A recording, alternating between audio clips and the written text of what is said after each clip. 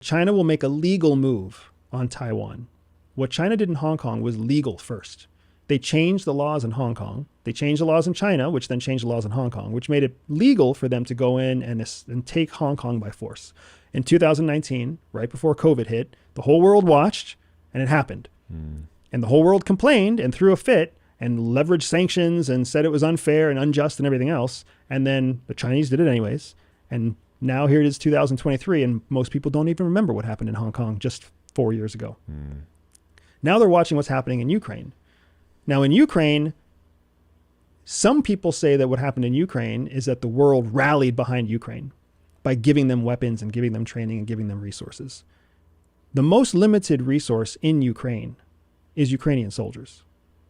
It's not tanks or guns or howitzers. The thing that will run out first is Ukrainian fighters. That's like, it's a shame to me to watch what's happening because the Ukrainian fighting force is putting up such a valiant fight. They're doing everything they possibly can to equip every warfighter to be worth 10, 20, 30, 50 Russian fighters, right? But that's their most limited resource. They're not going to be able to create more Russian fighters in the next 3 to 5 years. You can't turn a 5-year-old into an 18-year-old. So that's the resource. That's the clock that Zelensky knows he's fighting against, that he's racing against, is not a clock of fighter jets or missile defense systems. It's how am I going to find enough fighters?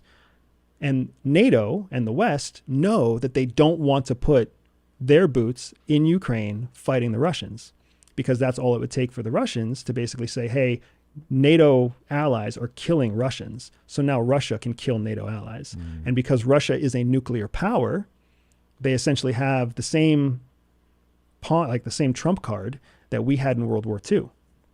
So nobody in NATO wants to mess with that trump card, because when you have an animal cornered, it does amazing things, right? So what I see happening is China will make a legal move on Taiwan. What legal play do they have with Taiwan, though? They have a number of legal plays. First of all, do you know what the official American stance is on Taiwan?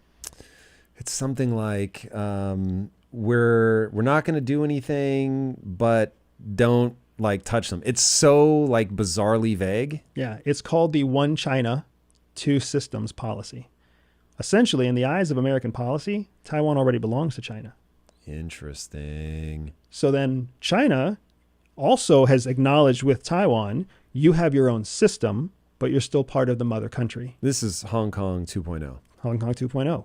And over the stretch of 80 miles from coast to coast between southeastern China and Taiwan.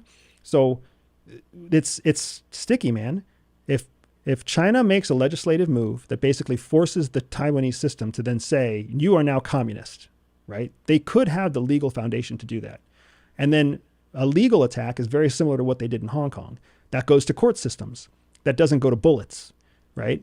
And then when the legal system starts to go in their best interest or in their favor, now China has legal grounds to basically have Chinese police officers enforce Chinese law inside Taiwan. This whole process, what the hell is the United States going to do? There's no missiles, there's no guns. You can drive through the straits all you want. It's a legal issue. It's not a military issue. So I anticipate China making a legal move on Taiwan that will be supported by key members in the UN. Why? Because how many of the BRICS are in the leading countries in the UN? All of them.